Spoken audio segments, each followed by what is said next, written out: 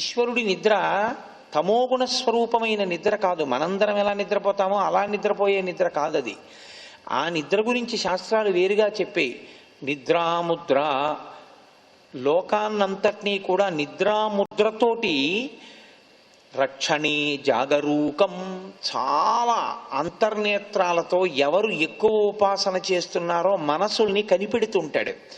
అందుకని నిద్రపోతున్న వాళ్ళ కళ్ళు మూసుకుని మన మనసుల్లో మనం ఎంత పూనికతో ఎంత పవిత్రంగా మనం ఉపాసన చేస్తున్నామో తెలుసుకుంటాడు. అది ఆయన నిద్ర. అంతేకాని మనలాంటి తామసిక నిద్ర కాదు ఈశ్వరుడిది. నేను ఆయన నిద్రపోయాడు, ఆయన నిద్ర లేచాడు అన్నది మీరు అలా అనుసంధానం చేసుకోవాలి. కానీ నిజంగా స్వామివారు 6 నెలలు నిద్రపోతే ఎవడేం చేశాడో ప్రపంచంలో ఎవరికీ తెలియదు. ఆ 6 నెలలు అందరూ విజృంభించిపోవచ్చు అనమాట. ఆ 6 నెలలు ఉపాసనా కాలం అయింది అంటే మీరు ఎంత పట్టుదలతో ఉపాసన చేస్తున్నారో, మీ మనసు ఈశ్వరుడి దగ్గర ఎంత నిలబడిందో భగవంతుడు చూడగలిగి ఉంటాడు. కాబట్టి అంతటి సర్వజ్ఞుడైనటువంటి సార్వభౌముడైనటువంటి పరమాత్మ కలవరించినట్టుగా యశోద కనపడుతోంది. కానీ ఆయన కలవరించిన వాడు కాదు. ఆయన ఉయ్యాలలో పడుకున్నా, పసిపిల్లవాడుగా ఉన్నా, చిన్న పిల్లవాడిగా ఉన్నా, పెద్ద పిల్లవాడిగా ఉన్నా, ఆయనలో ఉండేటటువంటి తత్వతః ఉన్నటువంటి స్వరూపం ఎప్పుడూ పోయేటటువంటిది కాదు. అది ఎప్పుడూ ఉంటుంది. మీకు నేను ఒక ఉదాహరణ చెప్పాలంటే, ఒక నువ్వు గింజ ఎంత ఉంటుంది? ఇంతే ఉంటుంది నువ్వు గింజ. ఇప్పుడు ఆ నువ్వు గింజలో ఎంత శక్తి ఉంది నువ్వుల్ని తయారు చేయడంలో అని మీరు నన్ను అడిగారనుకోండి, నేనేమని చెప్పవలసి ఉంటుందంటే, నేను లెక్క పెట్టలేనంత అనంతమైన నువ్వుల యొక్క రాసులను సృష్టించగలిగిన శక్తి దాని యందు వ్యూహాత్మకముగా నిండి నిబిడీకృతమై ఉన్నది అని చెప్పాలి. ఎందుచేత ఒక నువ్వు గింజ తీసుకెళ్ళి మీరు నాటితే ఒక మొక్కలోంచి నువ్వులు వస్తాయి. ఇప్పుడు ఆ నువ్వులు ఎవరివి? ఆ నువ్వు గింజవే. ఇప్పుడు మళ్ళీ ఆ నువ్వు గింజల్ని నాటితే అన్ని నువ్వులు వస్తాయి. వాటిని నాటితే ఇలా విడితే తామర తంపర, దాన్ని మీరు ఊహించలేరు ఇంకెన్ని నువ్వులు వస్తాయో. అలా తయారు చేసుకుంటూ పోవడం మీ వంతు తప్ప మీరు ఎన్ని చేసుకుంటూ వెళ్ళినా చిట్ట చివరకు ఆ నువ్వులన్నీ నువ్వు గింజవే. అడవిలో అగ్ని బయలుదేరినప్పుడు చెట్టు రాపాడితే వచ్చేటటువంటి రవ్వలోంచి ముట్టుకుంటుంది. అప్పుడు పట్టుకున్నటువంటి ఆ అగ్నిహోత్రం పెద్ద అగ్నిహోత్రంగా విస్తరిస్తుంది. ఈ నిప్పు రవ్వలో ఏ అగ్నిశక్తి ఉందో, ఏ కాల్చగలిగినటువంటి శక్తి నిండి నిబిడీకృతమైందో అదే మంటగా విస్తరించింది. కాబట్టి అందుకే శంకరాచార్యులు వారు బీజస్యాంతరివంకురో జగదిదం ప్రాంగ్ నిర్వికల్పం పునః మాయాకల్పిత దేశకాల కలనా వైచిత్ర చిత్రీకృతం అంటారు. ఈశ్వరుడు కూడా అంతే. చూడడానికి ఒక చిన్న స్వరూపాన్ని ధరించవచ్చు, పెద్ద స్వరూపాన్ని ధరించవచ్చు. ఏ రూపంతో ఉన్నా తత్వతః వస్తువు యొక్క శక్తి మాత్రం దాని యందే ఉంటుంది. ఈశ్వరుడి వరకు ఎందుకండి? మీకు నేను ఒక ఉదాహరణ చెప్తాను తేలిగ్గా పట్టుకోవడానికి. ముఖ్యమంత్రి గారు నిద్రపోయారు రాత్రి 11 గంటలకి. రాష్ట్రంలో ఏదో చాలా ముఖ్యమైనటువంటి సంఘటన ఒకటి జరిగింది. ఇప్పుడు దాని మీద నిర్ణయం ఎవరు చేయాలి అంటే ముఖ్యమంత్రి గారే చెయ్యాలి. ముఖ్యమంత్రి గారు నిద్రపోతున్నారు కాబట్టి వేరొకరికి చెప్పడానికి ఉంటుందా? ఎవరు నిద్రపోతున్నారు? ముఖ్యమంత్రి గారే నిద్రపోతున్నారు. ఇప్పుడు ఆదేశం కోసం ఎవరి దగ్గరికి వెళ్ళాలి? ముఖ్యమంత్రి గారి ఇంటికే వెళ్ళాలంతే. ముఖ్యమంత్రి గారు ఎక్కడ పడుకుని నిద్రపోతున్నారో అక్కడే అధికారం కూడా ఉంది. ఆయన నిద్రపోతున్నా అధికారం ఆయనలోనే ఉంది. ఆయన నిద్ర లేచి ఒక్క మాట చెప్పారనుకోండి, ఇలా చెయ్యండి రేపు ఆర్డర్ ఇస్తాను అని వెళ్ళి పడుకున్నారు. అలా చేసేస్తారంతే. పైనుంచి కింద వరకు ఆ ఉత్తర్వు అమలైపోతుంది. ఇప్పుడు ఇంతమంది ఆ ఉత్తర్వు కోసం చూశారు. నిద్ర లేచిన వాడు ఏం చెప్పాడో అదే ఉత్తర్వు. ఆ మాట ఇంకోళ్ళు చెప్పలేరా? ఇలా చెయ్యొచ్చు అని తెలిసిన వాళ్ళు. ఆయన చెప్తే కానీ శాసనం కాదు. ఆయన చెప్తే కానీ శాసనం కాకపోవడానికి ఎందుకు అలా అయింది అంటే అధికారమంతా ఆయన ఎందుకు కేంద్రీకృతం అయిపోయింది. అందుకే సనాతన ధర్మంలో పరిపాలనాంశ అంటే విష్ణు అంశ అని పిలుస్తారు. అధికారికి నమస్కారం దేని కొరకు అంటే కాకా పట్టడానికి నమస్కారం చేయకూడదు, విష్ణువాంశని చూసి నమస్కారం చేయమని చెప్పింది. నిద్రపోతున్న మీరెన్నుకున్న ముఖ్యమంత్రికి అంత అధికారం ఉంటే ఎవ్వడు సృజించు ప్రాణుల ఎవ్వడు రక్షించు త్రుంచు ఎవ్వడనంతుండెవ్వడు విభుడెవ్వడు వాడి విధమున మనుచు బెనుచు హేలారతుడై, అటువంటి పరమాత్మ యొక్క శక్తి ఎందుకు ఆయన్ని విడిచిపెట్టి ఉంటుంది? అది అనుభవించగలిగినటువంటి హృదయం ఉంటే ఎంత దూరం అనుభవించచ్చో చూపిస్తున్నాడు లీలాశకుడు. ఊయలలో పడుకుని నిద్రపోతున్నట్టుగా కనపడుతున్నాడు యశోదకి. గాఢ నిద్రలో ఉన్నాడనుకుంటోంది యశోద. ఆయన చక్కగా తాను చెయ్యవలసిన పరిపాలన చేస్తూనే ఉన్నాడు. చిన్ని కృష్ణుడు యశోదాదేవి గర్భంలో ఉండగా ఆయన దర్శనం కోసమని 33 కోట్ల మంది దేవతలు యశోదా గర్భంలోకి వెళ్ళారు. వెళ్ళి ఆయనకి నమస్కారం చేశారు. సర్వము నీలోనిదిగా సర్వాత్ముడవు అని ఆయన్ని పిలుస్తూ, అయ్యా అన్నీ నీలోనే ఉన్నాయన్నారు. అన్నీ ఆయనలో ఉన్నవాడు అమ్మ కడుపులోకి వెళ్ళాడు. ఇది వైష్ణవమాయ కప్పి, ఇది ఆయన యొక్క గొప్పతనం. అటువంటి వాడు ఇవాళ ఊయలలో పడుకున్నట్టుగా ఉన్నాడు. ఉండి ఆయన అంటున్నాడు, శంభో స్వాగత, ఓ శంభు మహాదేవ స్వాగతం స్వాగతం రండి అన్నాడు. ఇప్పుడు లోపలికి పరమశివుడు వచ్చాడు. ప్రోటోకాల్ అని మాట చెప్తుంటాం మనం. ఈ ప్రోటోకాల్ ఇప్పటిది కాదు, సనాతన ధర్మంలో ఎప్పుడో ఉందన్నమాట. ప్రోటోకాల్ అంటే వచ్చినటువంటి వాళ్ళల్లో పెద్దలైనటువంటి వారు ఎవరుంటారో వాళ్ళకి ఒక గౌరవం ఉంటుంది, ఒక మర్యాద ఉంటుంది. ఆ మర్యాద సూచనగా ఏం చేస్తారంటే కుడి చేతి వైపు పక్కన పెడతారు. మనమైనా పూజామందిరంలో పూజ చేసేటప్పుడు పూజ చేసేటటువంటి ఏ పరికరము పూజ చేసేవాడు ఎడం చేతి పక్కన ఉండకూడదు. అన్ని పూజా పరికరాలు కుడి చేతి వైపే ఉండాలి. ఎడం చేతి వైపు పూజా పరికరాలు ఉండి ఎడం చేతితో అందుకోగానే అది దూష్యం అయిపోతుంది, ఇక పనికిరాదు. ఇది కుడి చేతి వైపే ఉండాలి, కుడి చేతి వైపు నుంచి తీసే పూజ చేయాలంతే. కాబట్టి ఇప్పుడు ఎవరు వచ్చిన వాళ్ళందరిలోకి అధికుడో, ఎవరిని పిలిచి సమున్నతమైనటువంటి స్థానంలో కూర్చోపెట్టవలసి ఉంటుందో అటువంటి వారిని గౌరవంగా పిలిచి స్వాగతం పలకవలసి ఉంటుంది.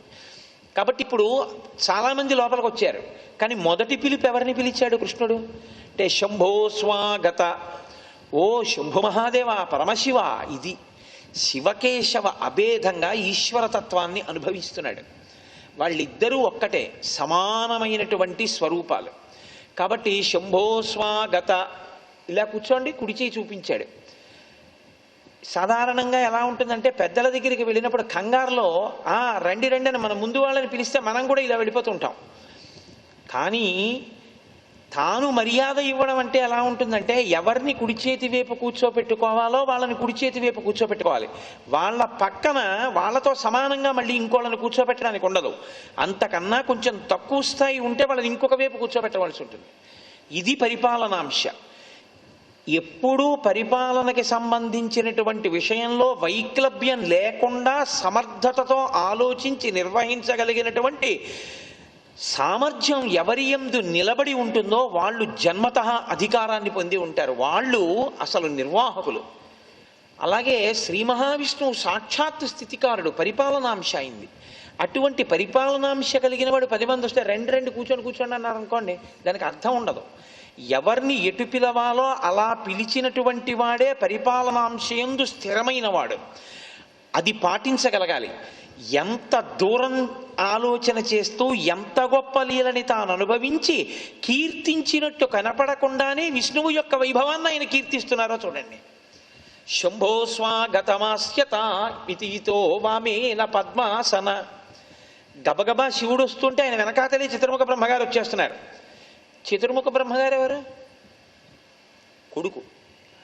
కానీ ఇప్పుడు తండ్రి తాను, ఆయన కొడుకు. కానీ ఇప్పుడు వచ్చింది కొడుకుగా రాలేదు, సృష్టికర్తగా వచ్చారు. ఎందుకంటే ప్రళయకర్తగా మహేశ్వరుడు వచ్చాడు. 2, పరమశివుడు కుడి చేతి పక్కన కూర్చోవాలి, కానీ బ్రహ్మగారు శివుడితో సమానంగా కూర్చోవడానికి వీల్లేదు. ఎందుకనంటే శంకర భగవత్పాదులు ఎప్పుడో శివానంద లహరిలో చెప్పారు, బాణత్వం వృషభత్వమర్ధవపుష భార్యాత్వం ఆర్యాపతే ఘోణిత్వం సఖితా మృదంగ వహత చేత్యాది రూపం దదౌ తత్పాదే నయనార్పణంచ కృతవాం తద్దేహభాగో హరి పూజ్యాత్ పూజ్యతరస్యైవ హి బచేత్కోవా తదన్యోధిక. ఒకరికన్నా ఒకరికి అధికారంలో గౌరవంలో ఒక స్థాయి ఉంటుంది. తత్వత 3 ఒకటిగా చెప్పినా ముగ్గురిగా చూపించినప్పుడు ఒక గౌరవాన్ని చూపించవలసి ఉంటుంది. అందుకని వామేన పద్మాసన, ఇలా కూర్చో. ఇప్పుడు ఇలా కూర్చున్నారనుకోండి, అది త్రిమూర్తులు, అదే ఈశ్వరుడు. ఇప్పుడు అలా ఈ శ్లోకాన్ని చదువుతున్నప్పుడు చిన్న పిల్లవాడిగా పడుకున్నటువంటి కృష్ణుడు చిన్న దట్టి కట్టుకుని ఓ చిన్న కొప్పేసుకుని అమ్మ కట్టిన ముత్యాల సరాలు పెట్టుకుని ఏమీ తెలియని వాళ్ళ చెంప కింద చెయ్యి పెట్టుకుని పెదవులు 2 కొద్దిగా ఇలా విప్పుకుని పళ్ళు కనపడుతూ ఊపిరి తీస్తూ గాలికి ముంగురులు కదులుతుండగా, కట్టినటువంటి పైపంచె ఎగురుతుండగా, చిన్ని చిన్ని పూల పొట్లాల్లాంటి పాదాలు ఒకదాని మీద ఒకటి పెట్టుకుని రంగనాథస్వామిలా ఇలా పడుకున్నటువంటి చిన్ని కృష్ణుని యందు శ్రీమన్నారాయణాంశ ఎలా విడవకుండా ఉందో చూపించారు. అది దర్శనం, అది చేయమని. ఇది వైభవం, ఈశ్వర వైభవాన్ని ఆవిష్కరించడం. అలా ఉన్న ఆయన యందు తత్వతః లోపం ఉండదు. అలా ఉన్నవాడు అలాగే సభామంటపంలోనూ కూర్చున్నాడు పెద్దలు వచ్చేటప్పటికి. ఈయనేమైనా లేచి సభామంటప సృష్టి చేశాడా? చెయ్యడు. అలా పిలుస్తాడు. అది ఒకటి అనేకమైపోవడం. దీన్ని మహిమ్నా స్తోత్రంలో పుష్పదంతుడు స్తోత్రం చేస్తాడు. నమో నిధిష్టాయ ప్రియతవదవిష్టాయ చ నమో నమక్షోదిష్టాయ స్మరహర మహిష్టాయ చ నమో నమో వర్షిష్టాయ త్రినయన అవిష్టాయ చ నమో నమ సర్వస్మైతే తదిగమితి శర్వాయ నమః అంటాడు. ఈశ్వరుడు బహుదూరంగా ఉంటాడు, ఈశ్వరుడు బహుదగ్గరగా ఉంటాడు, ఈశ్వరుడు చాలా వృద్ధుడై ఉంటాడు, ఈశ్వరుడు చాలా యవ్వనంలో ఉంటాడు, ఈశ్వరుడు చాలా పెద్ద జుత్తుతో ఉంటాడు, ఈశ్వరుడు బోడిగుండుతో ఉంటాడు. నమ కపర్దినీచ అంటే పెద్ద జటాజూటం ఉన్నవాడు. నమో వ్యుక్త కేశాయ చ ఒక్క వెంట్రుక లేకుండా బోడిగుండు చేయించుకున్నవాడు. అదేమిటండి అలా ఎక్కడున్నాడు? జటాజూటంతో పరమశివుడు, బోడిగుండుతో శంకరాచార్యులు వారు, రెండు ఆయనే. కాబట్టి ద్వంద్వములు మామూలు వాళ్ళకి పనికిరావేమో. ఒక్క కోటేశ్వరరావు గురించి చెప్తే కోటేశ్వరరావు ఎక్కడ విడిది చేసి ఉన్నాడో అక్కడ ఉండడము ఇక్కడ ఉండడం సాధ్యం కాకపోవచ్చు. ఈశ్వరుడికి అలా ఉండదు. ఆయన ఏ రెండు ఒక చోట పొసగవని నీవు అనుకుంటావో ఆ రెండు ఒక చోట పొసిగితే అది ఈశ్వరుడిని పేరు. ఆ ఈశ్వర తత్వాన్ని జీర్ణమైన వాడు తప్ప దాన్ని సభామంటపంగా మార్చి శ్లోకం చేయడం, చమత్కారంతో శ్లోకం చేయడం అసాధారణమైనటువంటి ప్రతిభ. కాబట్టి శంభోస్మ గతమాస్యత మితితో వామేన పద్మాసన. ఇప్పుడు వీళ్ళిద్దరే వస్తే ఇద్దరే నడిచొస్తారా? వీళ్ళ వెనకాతల చాలా అత్యవసరం కాబట్టి గబగబా వచ్చారు. వీళ్ళ వెనకాతలు ఇంకా కొంతమంది వచ్చారు. వాళ్ళని రండి కూర్చోండి అనక్కర్లేదు, వాళ్ళు నిలబడే ఉంటారు. ఎందుకు నిలబడి ఉంటారు అంటే కొంతమంది ముందు కొంతమందిని కూర్చోమన్నా కూర్చోకుండా ఉండడం గౌరవం తప్ప కూర్చోండి అన్నారనుకోండి కూర్చోకూడదు. నేను ఎప్పుడైనా మా గురువుగారి ఇంటికి వెళ్ళాను అనుకోండి, మా గురువుగారు కుర్చీలో కూర్చుని ఉంటారు, కుర్చీలు వేసి ఉంటాయి. ఏమో కోటేశ్వరరావు అయిపోయిందా విశాఖపట్నం కార్యక్రమం అలా కూర్చో అంటారు. అంటే నేనేం వెళ్ళి ఆయన పక్కన కుర్చీలో కూర్చోను, నేను ఆ కుర్చీ జరిపేసి నేల మీద కూర్చుంటాను. ఆయన ఏమనరు. అదేంటి అన్ని కుర్చీలు ఉన్నాయి కదా అలా కుర్చీలో కూర్చో అని ఆయన ఏమనరు. నేల మీద కూర్చోకపోతే వీడికి చాలా అహంకారం వస్తుందే అని అనుకోవలసి ఉంటుంది. కుర్చీ జరిపి నేల మీద కూర్చుంటాను అంతే. ఆ తర్వాత గురువుగారు మాట్లాడతారు, నేను వింటాను, అంతేగాని ఎంత అవసరమో ఎన్ని తక్కువ మాటల్లో చెప్పడానికి అవకాశం ఉంటుందో విషయాన్ని అన్ని తక్కువ మాటలు గురువుగారి దగ్గర మాట్లాడటమే తప్ప గురువుగారి దగ్గరికి వెళ్ళి ఎక్కువ మాట్లాడకూడదు. గురువుగారు ఎక్కువ మాట్లాడాలి, మనం వినాలి. మనం చాలా తక్కువ. గురువుగారు ప్రశ్నిస్తే ఎలా జరిగిందిరా విశాఖపట్నం సభ, మీ ఆశీర్వచనం గురువుగారు విజయవంతంగా జరిగింది అంతే బస్. అంతేగాని ఇంకా అక్కడి నుంచి చిలవల పొలవలు చేసేసి వెర్రెక్కిపోయి గురువుల దగ్గర మాట్లాడకూడదు. ఆయన మాట్లాడాలి. తర్వాత ఏం చెప్పావు? కృష్ణకర్ణామృతం చెప్పానండి. ఏం చెప్పావురా శ్లోకాలు? నేను ఇలా చెప్పేశానండి అలా చెప్పేశానండి అని ఏం చెప్పకూడదు. మీ అనుగ్రహం గురుగారు, మీరు చెప్పినప్పుడు విన్న దాంట్లో నా మనసు రంజిల్లిన శ్లోకాలు ఏవో 4 అక్కడ విజ్ఞాపన చేశాను అంతే, అంతవరకే. కాబట్టి కొందరిని కూర్చో అన్నా కూర్చోకూడదు. అలా కూర్చోకుండా ఉండడం, సమానంగా కూర్చోకపోవడం, ఎత్తు మీద కూర్చోకపోవడం, సభలో కూడా వారు ఇటుపక్షంలో ఉంటే తాను అటుపక్షంలో కూర్చోవాలి. తప్పకపోతే ఇక కుదరదు ఇవాళ అనుకుంటే గురువు గారికి చెవు దగ్గరికి వచ్చి క్షమార్పణ చెప్పి కూర్చోవలసి ఉంటుంది అంతే దూరంగా. లౌకికంగానే అంత గౌరవం పాటిస్తే ఈశ్వరుడి విషయంలో ఎలా ఉంటుందండి పరిపాలనాంశం ముందు? కాబట్టి క్రౌంచారే కుశలం, శివుడి వెనకాతల సుబ్రహ్మణ్యుడు వచ్చాడు, క్రౌంచ పర్వతాన్ని భేదించాడు ఆయన. అంటే క్రౌంచారే కుశలం, పరమశివుడు విష్ణువు అభేదం, ఇద్దరు ఒక్కటే పదార్థం. కాబట్టి సుబ్రహ్మణ్యుడు శివుడికి కొడుకైతే తనకి కొడుకే. బ్రహ్మగారు సృష్టికర్తగా వచ్చాడు కాబట్టి వామేన పద్మాసన, ఇటు కూర్చో. శివుడి కొడుకు తన కొడుకు లాంటి వాడే. అందుకని అలాంటి పిల్లల్ని చూడగానే ఏమంటాం, ఏరా బాగున్నావా అంటాం. అలాగే అనాలంతే అక్కడ కూడా. కాబట్టి క్రౌంచారే కుశలం సుఖం సురపతే ఇంద్రుడు. ఈయన అనుగ్రహంతో ఇంద్రుడు పరిపాలిస్తూ ఉంటాడు. ఇంద్రుడు ఎప్పుడైనా విష్ణువు దగ్గరికి వెళ్ళాడు అంటే ఏదో ఉపద్రవం వచ్చేసిందని గుర్తు. ఎవరో వచ్చేసారు రాక్షసులు.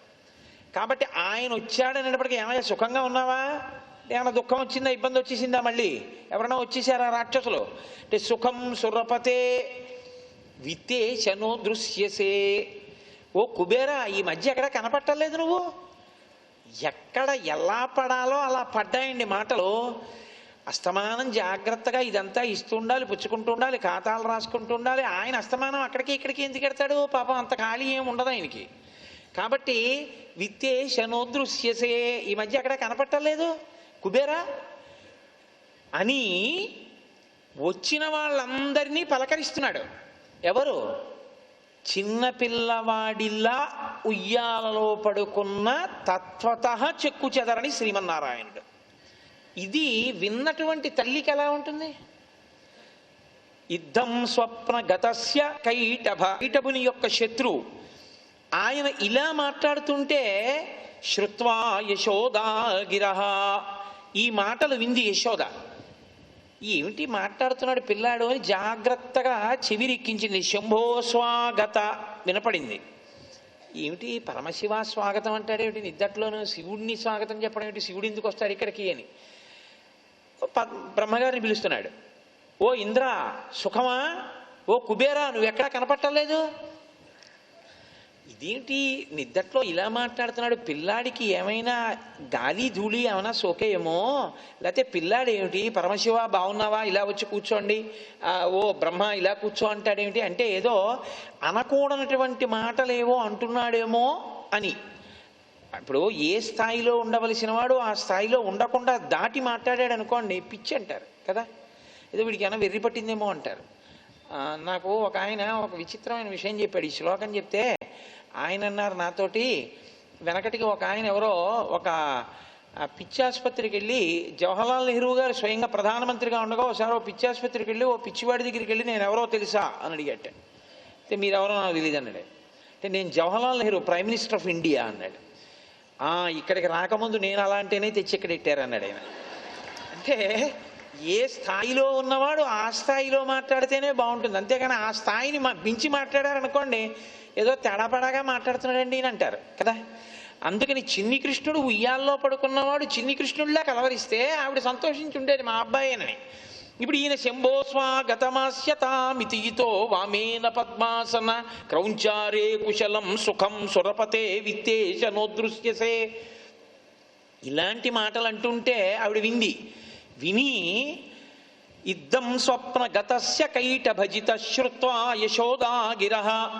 ఆయన మధుకైటభులన్న రాక్షసుల్లో కైటభుడు అనేటటువంటి రాక్షసుడిని మర్దించినటువంటి విష్ణు అని ఆవిడికి తెలియదు. కాబట్టి ఆవిడ కంగారు పడిపోయింది. కంగారు పడిపోయినటువంటి తల్లి ఏం చేస్తుంది, ఇది విని ప్రశాంతంగాను ఇవన్నీ బాగా గుర్తెట్టుకుని ఓ కాగితం మీద రాసుకుని ఇప్పుడు తాను వెళ్ళి ఎవరో బాగా మంత్రం తెలుసున్న వాడి దగ్గరికి వెళ్ళి మా అబ్బాయి ఉయ్యాల్లో ఉండిలా కలవరించాడండి ఏం చేస్తే బాగుంటుంది అని ప్రశాంతంగా కనుక్కురాదు. ఊయలలో పడుకున్నటువంటి పిల్లవాడి యొక్క స్థితికి తగినట్టు ఊయలలో ఉన్న పిల్లవాడు మాట్లాడాడు. ఊయలలో ఉన్నటువంటి పిల్లవాడికి నేను తల్లిని అనుకోవడమే తప్ప పిల్లవాడి యొక్క గొప్పతనం తెలియనటువంటి అమాయకురాలైనటువంటి వెర్రి తల్లి ఇప్పుడు వెళ్ళి ఎవరినో విద్వాంసుల్ని కనుక్కురాకూడదు. ఒక కన్న తల్లిగా అమ్మో ఏమిటి పిల్లాడు ఇలా మాట్లాడుతున్నాడని వెంటనే పిల్లాడికి రక్ష పెట్టేయాలి. కాబట్టి ఏం చేసింది యశోద అంటే యశోదా గిరహ గబగబా వెళ్ళి తూ కృతం పాతునః పిల్లవాడి దగ్గరికి వెళ్ళి ఏమిటి ఇలా పలవరిస్తున్నాడు పిల్లాడి నిద్దట్లో, వీడికి ఏమైనా వెర్రొచ్చిందో ఏమిటోనని, అయ్యయ్యో పిల్లాడికి ఏదో గాలి ధూళి ఆవహించాయో ఏమిటో అని తూ తూ తూ తూ అని మంత్రం వేసేసిందట. అంటే మనకి చిన్నతనంలో ఉండేటటువంటి గొప్పతనం ఏంటంటే పిల్లాడికి వేలు తలుపులో పడింది అనుకోండి, అమ్మ వేసే మొదటి మంత్రం ఏంటంటే నేను చచ్చిపోయాను రా నాన్న అంట. మీరు చూడండి అమ్మ ప్రేమ అది. వాడి వేలు నలిగిపోతుంటే నేను ఏం చేశాను, నేను చచ్చిపోయాను, అందుకే వాడికి అంత ఆపద వస్తే నేను రక్షించలేకపోయాను, అది అమ్మతనం. ఆవిడిప్పుడు లోపలికి వెళ్ళి ఆయింట్మెంట్ పట్టరాదు, లేకపోతే ఫ్రిడ్జ్ తీసి ఐస్ ముక్కట్టరాదు, ఆ పిల్లాడి వేలు తన నోట్లో పెట్టేసుకుంటుంది. పిల్లాడి చెయ్యి తెగింది అనుకోండి తన నోట్లో పెట్టేసుకుంటుంది. అమ్మ తన శరీరంలోంచి వచ్చినటువంటి ఆ పిల్లవాణ్ణి చూసుకున్నప్పుడు రక్షించడంలో చేసే ముందు ప్రయత్నం ఇలా చెయ్యొచ్చా చేయకూడదా అని ఉండదు. ఆయన శ్రీమన్నారాయణుడు, ఆయన చుట్టూ అటువంటి దేవతలు కూర్చుని ఉంటారు. ఆయనకి ఉచ్ఛిష్టం తగలకూడదు, ఆయనకు అలా ఎవరు చేయరు, ఆయనకి రక్షించవలసిన పనేం లేదు, ఆయన తన సహజమైన కార్యాన్ని చక్కబెడుతున్నాడు. ఇది అర్థం కానటువంటి అమాయకురాలైన గోపిక అనుకుంటోంది నేను తల్లిని ఈయన పిల్లాడు అనుకుంటోంది. అనుకుని ఈవిడేం చేసింది అంటే ఆ పిల్లవాడి ఊయల మీదకి వంగి, అయ్యో నాన్న నిద్దట్లో ఇలా కలవరిస్తున్నావేమిట్రా, ఏమి ప్రమాదకరమైన గాలి ఆవహించిందో ఏమిటోనని తూ తూ తూ తూ అంటూ ఈ పిల్లాడికి ఉన్నటువంటి గాలి ధూళి పోవాలని, అంటే తల్లి యొక్క నోటిలోంచి వచ్చిన లాలాజనం పిల్లవాడి పట్ల అంత పరమ పవిత్రమైంది, గంగ కన్నా గొప్పదన్న భావనతో తూ తూ తూ తూ అంటూ ఉమ్మేసేసి ఆ పిల్లవాడి యొక్క ఒంటి మీద ఇలా ఇలా ఇలా ఇలా రాసి రక్ష పెట్టేసి. ఇది బాహ్యంలో ఎలా ఉంటుందంటే అయ్యయ్యయ్యయ్యో అలా చేయడం ఏమిటండి యశోద అనిపిస్తుంది మనకి. కానీ ఈ అమాయకపు భక్తి ఏదుందో ఈ తల్లితనానికి అమ్మతనానికి పరమేశ్వరుడంతటి వాడు వశ్యుడైపోయాడు. ఇది అమ్మ ప్రేమ అంటే అని పొంగిపోయాడు. ఇప్పుడు ఆయన చుట్టూ కూర్చున్నటువంటి పరమశివుడు కానీ, చతుర్ముఖ బ్రహ్మగారు కానీ, కుబేరుడు కానీ వీళ్ళెవరైనా అదేమిటయ్యా నువ్వు కృష్ణావతారంలో పిల్లవాడిగా పడుకునుంటే తెలియనటువంటి ఆ గోపిక యశోద నీకు తూతూ కృతంపా తునహ ఇలా చేస్తోంది ఏంటి అంటారా? అనరు. పోనీ శ్రీమన్నారాయణుడు ఏమైనా నొచ్చుకుంటాడా? ఏమీ నొచ్చుకోడు. సరికదా సంతోషపడిపోతాడు. ఇలా సంతోషపడిపోయి ఇంతటి పరిపాలనాంశ కలిగినటువంటి వాడు, ఎవరు ఎక్కడ కూర్చోవాలో చెప్పగలిగిన వాడు, దేవతల్ని పలకరించగలిగిన వాడు, ఆయన కోసం వాళ్ళు పరిగెత్తుకొచ్చేటటువంటి స్వరూపం ఉన్నవాడు, ఆయనకి తన నోటి ఉమ్ముతో రక్ష పెడితే దాన్ని తనకి రక్షగా భావించి అంగీకరించినటువంటి సౌలభ్యం కలిగినటువంటి సర్వజగన్నియామకుడైన పరమేశ్వరుడు ఎవడున్నాడో ఆయన యొక్క సౌలభ్యము మమ్మల్ని మమ్ము కాపాడుగాక. అంటే ఏమిటి దాని అర్థం? ఈశ్వర ఆనాడు యశోద తెలియక అమాయకత్వంతో అమ్మతనంతో చేసింది, ఇవాళ తెలిసి మూర్ఖులమై మేం ప్రవర్తిస్తున్నాను నీ యందు. మా మూర్ఖత్వాన్ని కూడా నువ్వు ఇలాగే విశాల బుద్ధితో విశాల హృదయంతో మన్నించి మమ్ము కాపాడదవుగాక. ఆ హృదయంలో ఆర్తి ఉంటే ఒక్కొక్కసారి చేసిన చేష్టితములు ఈశ్వరుని యందు ఉపచారములుగా మారిపోతాయి. పరమశివుడి యొక్క పరమ భక్తులలో 63 మంది నాయనార్లు ఉన్నారు. 63 మంది నాయనార్లలో తిరు నీలనక్క నాయనార్ అని ఒక నాయనారు. ఆ నాయనార్ ఎప్పుడు శివలింగానికి సమంత్రకంగా యజుర్వేదంతో రుద్రాధ్యాయంతో చాలా గొప్పగా అభిషేకం చేసేవాడు. ఆయన ఒకసారి అభిషేకం చేసేసి శివలింగాన్నంతటినీ పొడిబట్టతో తుడిచేశాడు. తుడిచేసి విభూతి పెట్టి దానికి గంధం పెట్టి బొట్టు పెట్టి ఆయన తర్వాత ఇంకా బిల్వదళాలతో అర్చన చేద్దామని పంచాక్షరీ మహామంత్రంతో ధ్యానం చేస్తున్నాడు. ధ్యానం చేస్తుండగా తిరుడి నీలనక్క నాయనార్ భార్య అక్కడికి వచ్చి బిల్వదళాలు పళ్ళెంతో పెడుతోంది. పెడుతుండగా శివలింగం మీద ఒక సాలెపురుగు పాకుతూ ఉండడం చూసింది ఆవిడ. చూసి ఆవిడ ఏం చేసిందంటే గబగబా తన చేత్తో ఆ సాలెపురుగుని దూరంగా తోసేసి కుడి చెయ్యి నోటికి ఎదురు పెట్టుకుని తూ తూ అని ఉమ్ముకుంది. ఉమ్ముకున్న చేతిలో పడిన ఉమ్ము తీసి శివలింగానికి రాసింది. ఈ తూ తూ అన్న శబ్దానికి నీలనక్క నాయనార్ కళ్ళు విప్పాడు. కళ్ళు విప్పి ఆశ్చర్యపడి భార్య చేతిలో ఉమ్ముకుంటోంది, ఆ ఉమ్ము తుంపరలు శివలింగం మీద పడతాయి కదా అని. ఆవిడ ఎందుకు ఉమ్ముతోందో ఆయనకు అర్థమయ్యే లోపల శివలింగానికి రాసింది. చాలా కోపం వచ్చేసింది. కోపం వచ్చి ఎందుకు చేసావా పని అని అడిగాడు. అడిగితే పరమశివుని యొక్క శివలింగం మీద సాలెపురుగు పాకింది. సాలెపురుగు ఎక్కడైనా ఒంటి మీద పాకితే అక్కడ దురదలు పుట్టి పొక్కులు వస్తాయి. శివలింగం అంటే సాక్షాత్తు శివుడే కదా, శివుడైనప్పుడు శివుడి శరీరం కదా, శివ శరీరం మీద సాలెపురుగు పాకితే ఆయన ఒంటి మీద దురద పెట్టి పొక్కులు వస్తాయి కదా. నాకు తెలిసి సాలెపురుగు పాకితే ఒక తల్లిగా నా పిల్లలకి నేను చేసింది వెంటనే ఉమ్ము రాసేస్తాను, ఆ విషయం విరిగిపోతుందని. నేను శివుడికి ఆపద రాకూడదు, ఒంటి మీద దురద పుట్టకూడదని నేను ఉమ్ము రాశానంది. ఆయన అన్నాడు, నీది ధూర్త చేష్టితం, నువ్వు అలా చేసి ఉండకూడదు. నువ్వు ఇలా చేశావు కాబట్టి ఇంక నిన్ను నేను భార్యగా స్థానం నుంచి పరిత్యజిస్తున్నాను. ఇంక నువ్వు నా భార్యా స్థానంలో నిలబడకూడదు. ఇంక నువ్వెప్పుడూ రావద్దు, నా పక్కన నిలబడద్దు, నీకు భార్యా స్థానం లేదన్నాడు. ఆవిడ ఏడుస్తూ ఇంటికి వెళ్ళిపోయింది. శివార్చన చేసి క్షమార్పణ చెప్పి చెప్పి చెప్పి చెప్పి తిరు నీలనక్క నాయన నిద్రపోయాడు. నిద్రపోతే పరమశివుడు స్వప్నంలో సాక్షాత్కరించాడు. ఆయన నమస్కారం చేశాడు శివుడికి. నమస్కారం చేస్తే పరమశివుడు తన ఉత్తరీయం తీసి పంచె పైకెత్తి చూపించాడు తొడలో. చూశావా, నా ఒళ్ళంతా పొక్కులెక్కిపోయి ఒళ్ళంతా దురదలు వచ్చి మంటలు పుట్టింది. నీ భార్య ఎక్కడ తన ఉమ్ము తన చేత్తో నాకు రాసిందో అక్కడ ఒక్క నా వీపు మీద మాత్రం పొక్కులెక్కలేదు. పరమభక్తితో నా ఉపచారంగా అలివి మీరిపోయినటువంటి భక్తితో చేసినటువంటి ఉపచారాన్ని ఉపచారంగా స్వీకరిస్తాను తప్ప దాన్ని అపచారంగా స్వీకరించేటటువంటి అల్పుడను కాను. నీవు ఎప్పుడూ ఈశ్వరుడు ఈశ్వరుడు ఈశ్వరుడన్న భావనతో భయంతో నిలబడ్డావు తప్ప నీ భార్య నిజమైన భక్తురాలుగా దగ్గరికి జరిగింది. నీ భార్యకిచ్చిన స్థానం నీకు లేదు. నువ్వు నీ భార్యని తెచ్చి ఏలుకుని ఆవిడికి క్షమార్పణ చెప్పకపోతే నీ పూజని స్వీకరించనన్నాడు. నీలనక్క నాయన ఇంటికి వెళ్ళి భార్యకి క్షమార్పణ తీసుకొచ్చి తన భార్యాస్థానంలో కూర్చోబెట్టాడు. ఇవి యథార్థ సంఘటనలు. ఇప్పటికీ మీరు శ్రీకాళహస్తి లాంటి క్షేత్రాలకు వెడితే 63 మంది నాయనార్లలో తిరు నీలనక్క నాయనారు మీకు కనపడతారు. శ్రీ ఉమామహేశ్వర పర బ్రహ్మార్పణ స్వస్తి.